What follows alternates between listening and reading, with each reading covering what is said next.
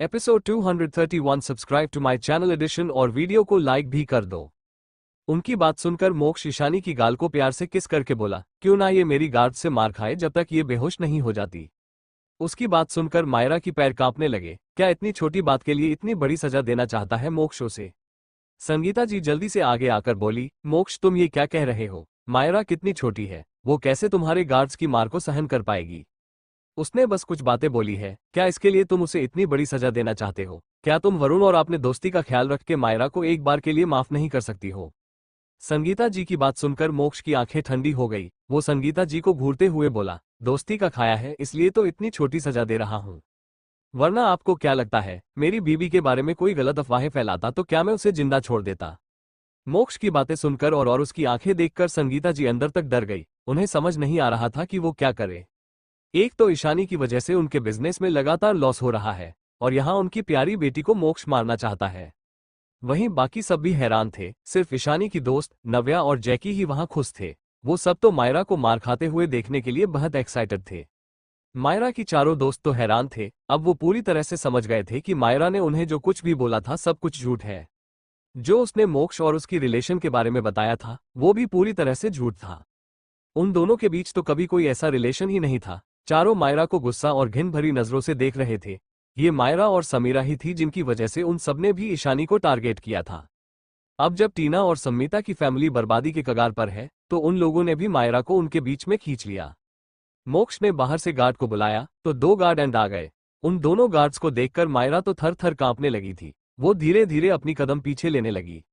नहीं नहीं, मैंने कोई गलती नहीं की है, वो मोक्ष को देखकर गिड़गिड़ाते हुए बोली। मैंने बस कुछ बातें कही थी और ये सच है कि मैं तुम्हें बहुत पसंद करती हूँ। क्या तुम एक बार भी मेरे बारे में नहीं सोच सकते?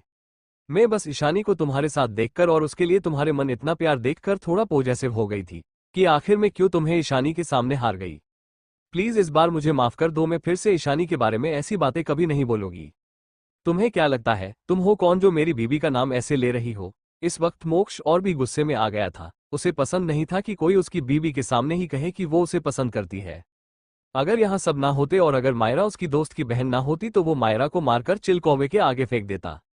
और क्या कहा तुमने, तुम हार गई? मैं हमेशा से सिर्फ और सिर्फ अपनी बीबी, अपनी बेबी डॉल का था, तो किसी और का मुझ पर कोई हम नहीं जो वो मुझे हार जाए। मेरे ऊपर हक तो मैंने अपनी बीबी के सिवा किसी को भी नहीं दिया है। तो तुम जैसी 2 कौड़ी की कचरे की ढेर की इतनी हिम्मत कैसे हुई जो वो मेरी बीबी के बारे में सोचे भी? अगर तुम मेरे दोस्त की बहन ना होती तो तुम अब तक यहाँ खड़ी नहीं होती, अब तक तुम मर चुकी होती, क्योंकि मेरी बीबी के बारे एक भी गलत शब्द मुझे बर्दाश्त नहीं है। और जो कोई भी मेरी बीबी की इंसल्ट करेगा उसे अपनी मौत के लिए तैयार रहना चाहिए। इतना कहकर उसने सबकी तरफ ठंडे भाव से देखा। उसकी इतनी ठंडी और जानलेवा नजर देखकर मायरा की चारों दोस्त के साथ साथ उसकी मम्मी, डैड और संगीता जी भी डरकर 2 कदम पीछे हट गई। मोक्ष की मुंह से आपने लिए इतनी बेइज्जती भरी बातें सुनकर और ईशानी के लिए मोक्ष का इतना प्रोटेक्टिव नेचर देखकर मायरा को तो और भी जलन और गुस्सा आ रहा था।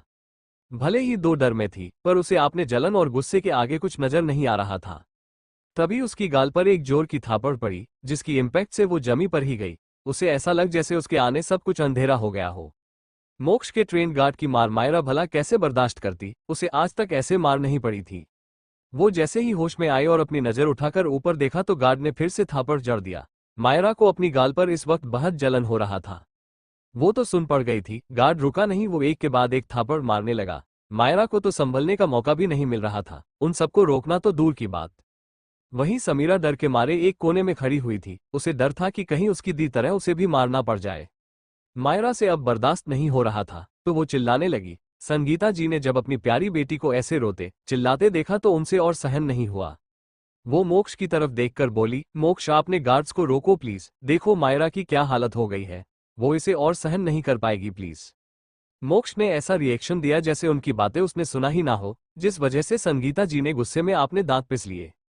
वहीं मायरा की दोस्तों को अब एहसास हो रहा था कि टीना और सम्मिता ने घुटनों पर बैठकर माफी मांगकर कितना अच्छा किया, वरना क्या पता इस वक्त वो सब भी मायरा की तरह इन बेरहम गार्ड से मार खा रहे होते।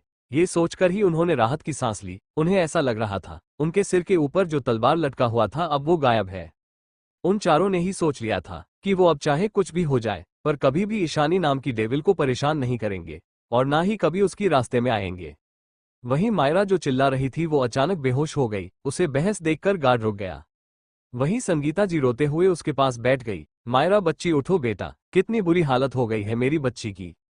फिर मोक्ष की तरफ देखकर बोली, क्या अब तुम्हारा गुस्सा शांत हो गया? देखो मेरी बेटी बेहोश हो गई, क्या अब मैं उसे यहाँ से ले जा सकती हूँ? उनकी बात सुनकर ईशानी की होंठों पर एक तिरछी स्माइल आ गई। वो हंसते हुए बोली, कितना हास्यास्पद है। मुझे जितना पता है मिसेस गोयन का, आपकी छोटी बेटी समीरा एक्टिंग सीख रही है। पर मुझे नहीं पता था कि मिस मायरा उससे भी अच्छी एक्ट्रेस होगी। मुझे लगता है उन्हें बिजनेस स्टडीज छोड़कर एक्टिंग पर ध्यान देना चाहिए। ईशानी की बात सुनकर मोक्ष समझ गया कि मायरा नाटक कर रही है और उसकी बीवी दुनिया की सबसे बड़ी डॉक्टर है। वो तो उसे देखकर ही समझ गई होगी कि ये एक्टिंग कर रही है। तुम कहना क्या चाहते हो? मेरी बेटी बेहोश होने की एक्टिंग कर रही है। तुम्हें दिख नहीं रहा है क्या गार्ड ने उसे कितनी जोर से मारा है? उन्होंने इतना कहा था तभी मोक्ष अपनी कोल्ड वॉइस में बोला, इस पर पानी डाल दो। उसकी बात सुनकर कोई कुछ करता उससे पहले जैकी ने टेबल पर पड़ा ग्लास उठा लिया और मायरा के मुंह पर फेंक दिया। पानी पड़ते ही मायरा ने ना चाहते हुए भी अपनी आंखें खोल दिया। वो समझ नहीं पा रही थी कि ईशानी ने उसकी नाटक कैसे पहचान लिया। मोक्ष उसे बिना देखे ईशानी की हाथ पकड़ा और गार्ड से बोला, जब तक ये पूरी तरह से बेहोश ना हो जाए मारते रहो। इतना कहकर वो ईशानी को लेकर वहां से चला गया। मोक्ष तुम ऐसा नहीं कर सकते, संगीता जी चिल्लाती रह गई, पर मोक्ष नहीं रुका। वो ईशानी को लेकर बाहर चला गया था। गार्ड तो फिर से मायरा को मारने लगे। वहीं बहुत समर्थ और सात्विक थोड़े दूरी पर खड़े थे, पर मोक्ष और ईशानी की बाहर आते ही गार्ड्स ने उन्हें घेर लिया, जिस वजह से वो दोनों की मोक्ष और ईशानी को ठीक से देख नहीं पा रहे थे। मोक्ष और ईशानी दोनों थोड़ी देर में नीचे आ गए और मोक्ष ईशानी को अपने कार में ले गया। बाकी गार्ड्स भी पीछे कार में बैठ गए तो उनका कार वहां से निकल गया। वहीं उन सब के जाने के कुछ देर बाद संगीता जी के साथ जो दो गार्ड आए थे वो जल्दी से ऑफिस की तरफ चले गए, क्योंकि अब तक मार खा खाकर मायरा पूरी तरह से बेहोश हो गई थी। संगीता जी उसे पकड़कर रो रही थी। ऊपर से नीलेश जी उन्हें बार बार कॉल कर रहे थे। गार्ड के आते ही संगीता जी और समीरा मायरा को लेकर वहां से बाहर आ गई। मायरा बेहोश थी। गार्ड और संगीता जी उसे संभाल कर बाहर ला रहे थे। मायरा की चेहरा इस वक्त किसी फूल गया था। वो इस वक्त बहुत भयानक लग रही थी। वहीं अब तक मोक्ष के गार्ड्स के जाने के बाद बहुत सारे स्टूडेंट समर्थ और सात्विक के पास आकर खड़े हो गए थे। जैसे ही मायरा बाहर आए सब उसे देखकर हैरान ही गए। वो किसी सुअर से कम नहीं लग रही थी इस वक्त। उसकी मुंह आंखें सब फूल गए थी। उसकी इस भयानक चेहरे को देखकर सब हैरान हो गए। जाते वक्त तो मायरा खूबसूरत थी, पर अंदर क्या हुआ जो ये ऐसी सुअर की तरह भयानक दिख रही है कि इसे पहचानना भी मुश्किल हो रही है। सभी स्टूडेंट मायरा को देखकर बातें करने लगे। जिन लड़कियों को मायरा ने सबसे छिपकर परेशान किया था उन लोगों ने मायरा की फोटो भी खींच लिया। जब वो सब चले गए तो सभी स्टूडेंट बात करने लगे। समर्थ और सात्विक तो जानते थे कि जरूर मायरा ने कुछ किया होगा, जिस वजह से ईशानी ने ही उसे सजा दिया होगा। वो दोनों अब वहां नहीं रुके और वहां से चले गए। वैसे भी उन्हें पता चल गया शायद उन गार्ड्स के बीच ईशानी पहले ही यहां से जा चुकी है। मेहरा मेंशन। ईशानी मोक्ष के साथ उसके विला चली गई थी, इसलिए उसने नंदिनी को मेंशन चली जाने के लिए कहा था। नंदिनी इतना सब कुछ होने के बाद कॉलेज में और नहीं रुकी, सब अपने अपने घर के लिए निकल गए थे। नंदिनी भी मेहरा मेंशन में पहुंच गई थी। उसके पीछे पीछे ही रिहान और अयान भी आ रहे थे। हॉल में सभी बैठे हुए थे, वहां सिर्फ समीर नहीं था। दादाजी और दादी माँ ने जब नंदिनी को अकेली आते हुए देखा तो दादी माँ ने पूछा, बेटा इशू बच्चा कहाँ है, क्या वो तुम्हारे साथ नहीं आए? उन्होंने इसलिए पूछा क्योंकि उन्हें पता था कि ईशानी को अलग काम भी रहता है। नंदिनी उनके पास बैठते हुए बोली, नहीं दादी माँ, वो मोक्ष जीजू के साथ गई है, शायद राजवंश फैमिली से मिलने गई होगी। वैसे भी आज इतना कुछ हो गया, वो काफी गुस्से में होगी। अच्छा होगा वो जीजू के साथ थोड़ा टाइम स्पेंड करके आए। उसकी बात सुनकर अब सबका ध्यान उसकी तरफ चला गया। दादाजी ने थोड़ी परेशान आवाज में पूछा, क्यों, ऐसा क्या हुआ जो बच्चा गुस्से में है? क्या कुछ हुआ है कॉलेज में? हाँ आज बहुत कुछ हुआ है, नंदन के कहने से पीही अयान बोल पड़ा। तो सब कंफ्यूजन से देखने लगे। दर्शित अब और परेशान हो गया और पूछा, क्या हुआ है बच्चे को?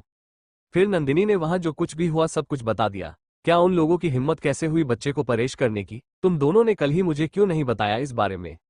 दर्शित थोड़े गुस्से में चिंता करते हुए बोला। रिलैक्स दर्शित भाई, आपको क्या लगता है इशू को कोई इतनी आसानी से पस कर सकता है? वैसे भी आज उन्हें जो सबक मिला उसे वो सब जिंदगी भर याद रखेंगे।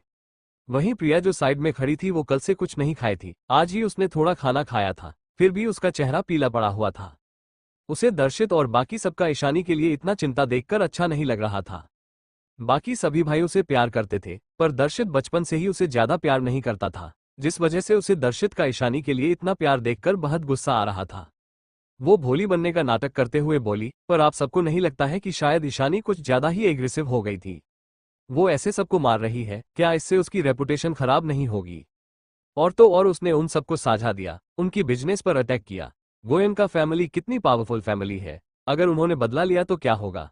शायद वो ईशानी की इतनी बड़ी कंपनी का कुछ नहीं कर सकते, पर क्या होगा अगर वो हमारे फैमिली बिजनेस को टारगेट करेंगे, तो क्या ये थोड़ा बुरा नहीं होगा।